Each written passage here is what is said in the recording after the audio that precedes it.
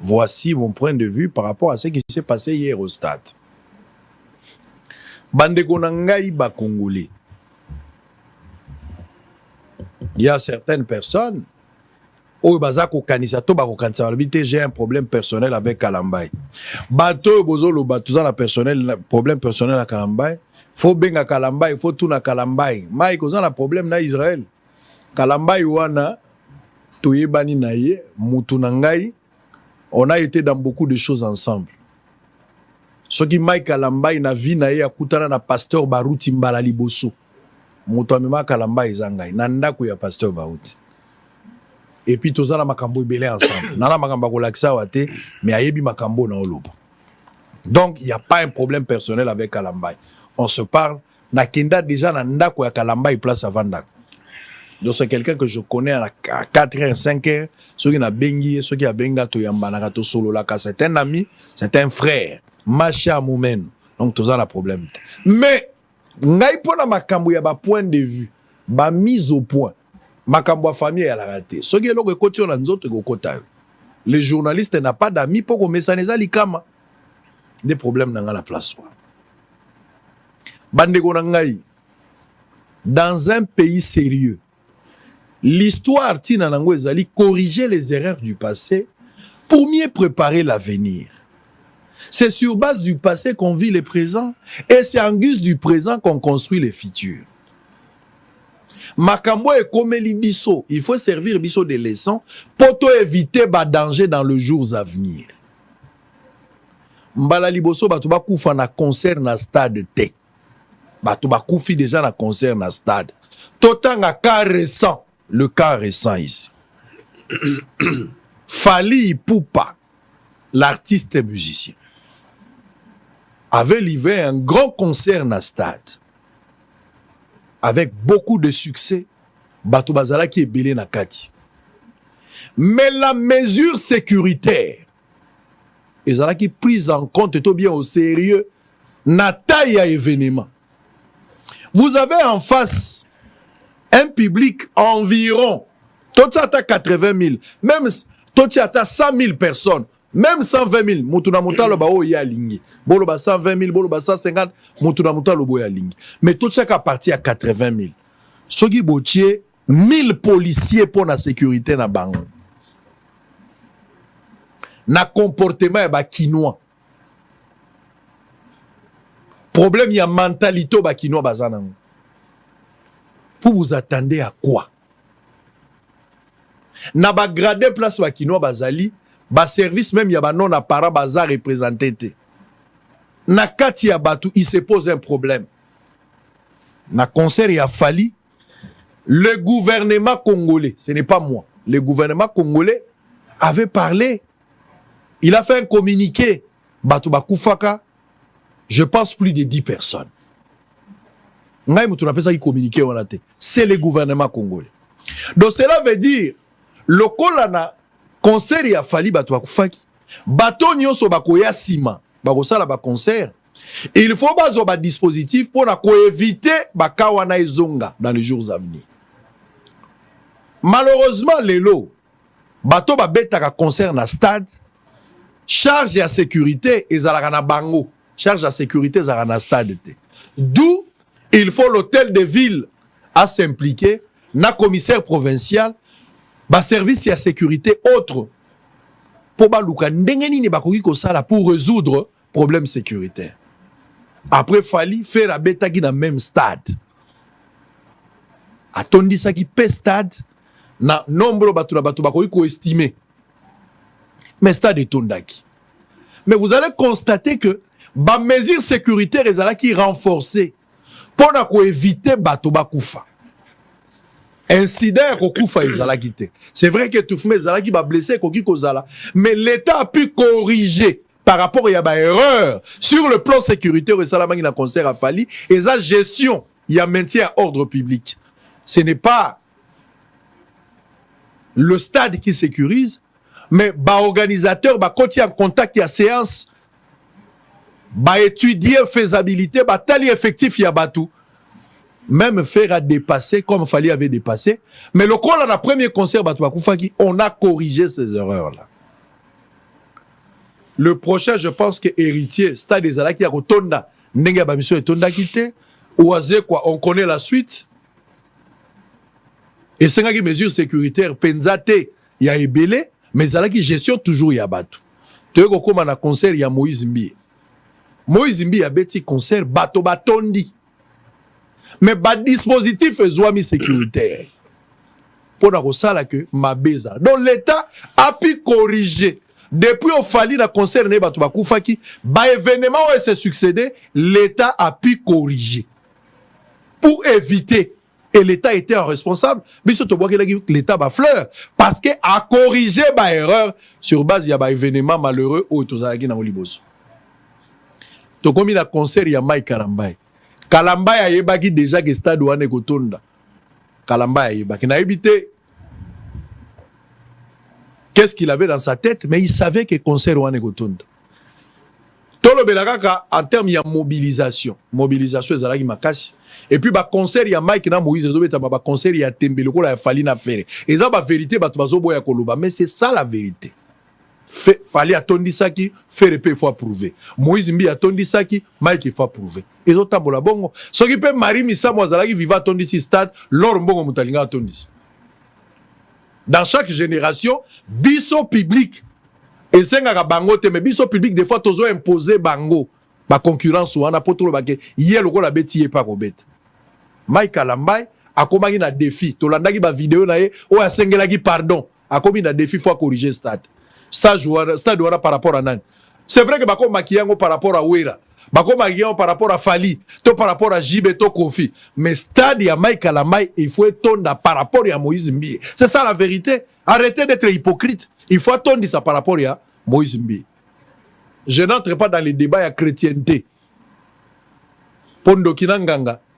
Bako Swanate, Bako Zalem Sundakumoko. Je n'entre pas dans ces débats-là. Mais néanmoins, Mike Kalambay a eu un concert à corriger par rapport à Moïse Mbi. Maintenant, parlons des mesures sécuritaires. L'État pouvait éviter ça. Je ne vais pas ici parler sur l'effectif, il y a police, il y a ville à Kinshasa. Et ça va secret à sécurité, je ne vais pas en parler.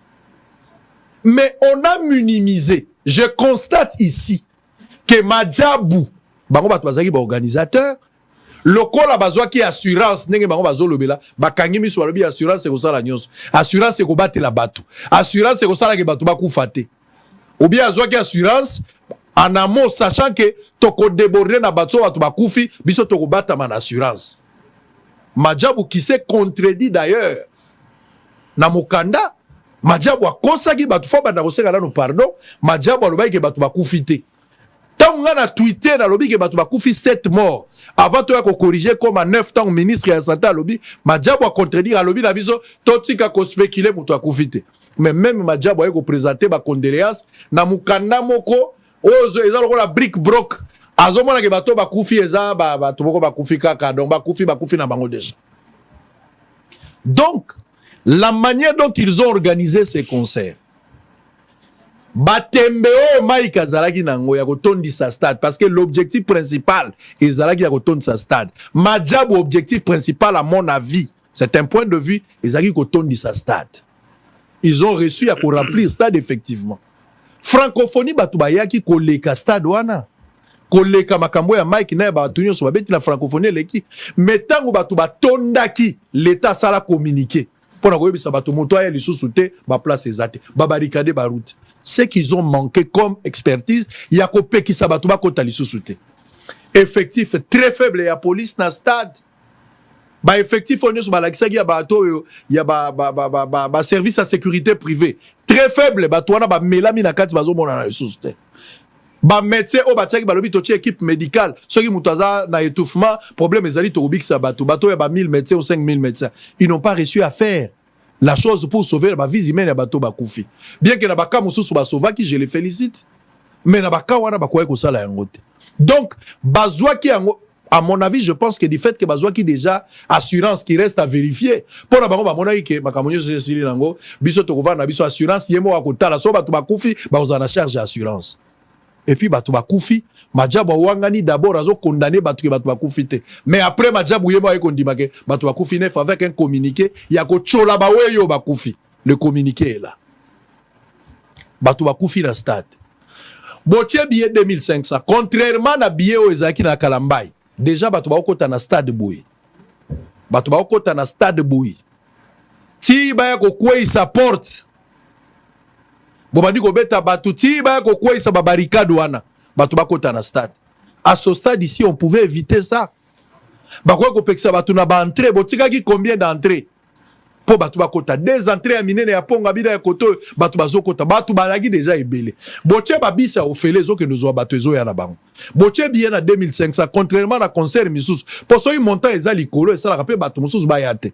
Mais bo soldé yango babiye pe mususu e kaboni gratuitement. Na mona yango kota ifasika bato mususu bazo kabola pe babiye. Ça ce n'est pas de problème. Lipo mateka soki ba mateka soki lipo ofele. Ça c'est pas le problème. Et arrivera na ba concert nyonso bato mususu pe na suka bakota ofele arriva surtout na ba concert populaire.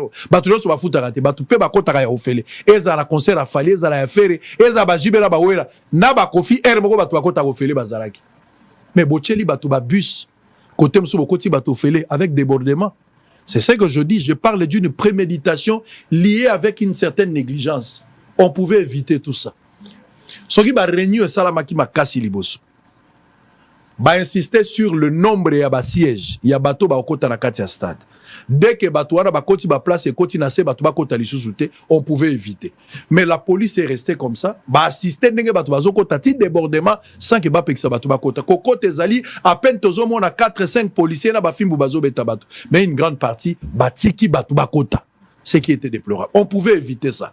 Madjabou qui a organisé, est-ce qu'il a eu des réunions en amont? Léon Lamoni, ministre intérieur, qui a bien parlé, je félicite. Oazolo Bawa, l'État a un rôle, il y a qu'à protéger bateau pour que Bakou Fate na place qu'à Kunda Bibembe. Je félicite M. Chaban, qui a parlé tout à l'heure, ministre intérieur. Bravo, Naye, pour sa responsabilité. Le gouverneur et a vu la Zoua que ça l'a communiqué après. A ça l'a communiqué après, Batou Bakoufi déjà. Il était quasi absent. Mais c'est après qu'il va aller dans Vijana, dans médecin directeur, bah ça les peut interview dans Dengenaï. Et puis après, vous allez le voir ici dans la réunion en sécurité.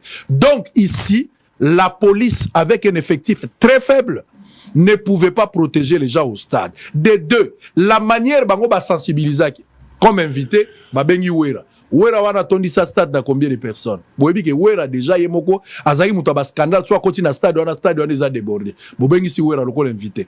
Annoncé Fali lokola invité. Bien que Fali azaki na poto jusqu'à présent zongi na noté, mais ba annoncé Fali lokola invité. Présence kaka ya Fali ata annonce ya pamba ya Fali, ba warrior baza combien? Ils étaient curieux de venir pour voir si Fali peut être na kati ya stade. Koto ouera yebo kaza na batu combien oba na stade. Mukuna pasteur batu combien bazaki na kati.